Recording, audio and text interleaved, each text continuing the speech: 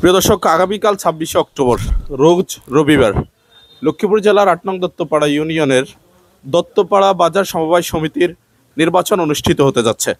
সে নির্বাচনে পার্টিসিপেট করতে যাচ্ছেন বাংলাদেশ জামায়াত ইসলামের অঙ্গ সংগঠন ওলামা বিভাগ দত্তপাড়া ইউনিয়নের সভাপতি মাওলানা আব্দুল বাতিন সাহেব। তিনি ধর্ম বিষয়ক সম্পাদক পদে প্রার্থী হতে যাচ্ছেন। প্রতিটা বাজারে কিছুটা অসঙ্গতি থাকে, তিনি কোন অসঙ্গতিটা দূর করার জন্য এই নির্বাচনে পার্টিসিপেট করছেন। আমরা তার কাছ থেকে জানবো, সঙ্গেই থাকুন।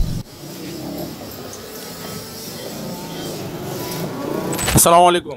ওয়ালাইকুম আসসালাম। ভাই কেমন আছেন? আলহামদুলিল্লাহ, আমি ভালো আছি। আগামীকালকে তো দত্তপাড়া বাজার ব্যবসায়ী সমবায় সমিতির নির্বাচন অনুষ্ঠিত হতে যাচ্ছে।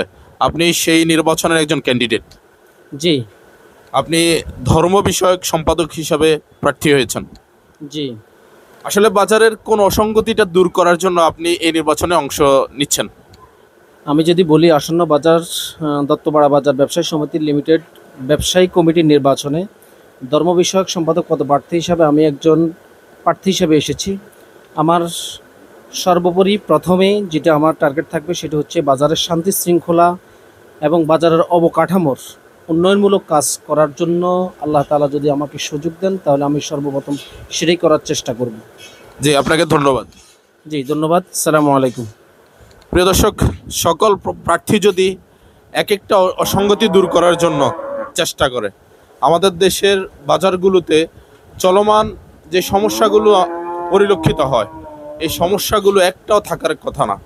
এবং প্রত্যেকে যদি স্পেসিফিক্যালি এক একজন যদি এক একটা সমস্যা দূর করার জন্য চেষ্টা করে, আমরা মনে করতেছি যে এই সমস্যাগুলো দূর হয়ে যাবে। আজকে এই পর্যন্ত, দেখা হবে অন্য কোনো ভিডিওতে। ততক্ষণ পর্যন্ত আল্লাহ রাব্বুল আলামিন সবাইকে ভালো রাখুক, সুস্থ রাখুক, শান্তিতে রাখুক, নিরাপদে রাখুক। আল্লাহ হাফেজ।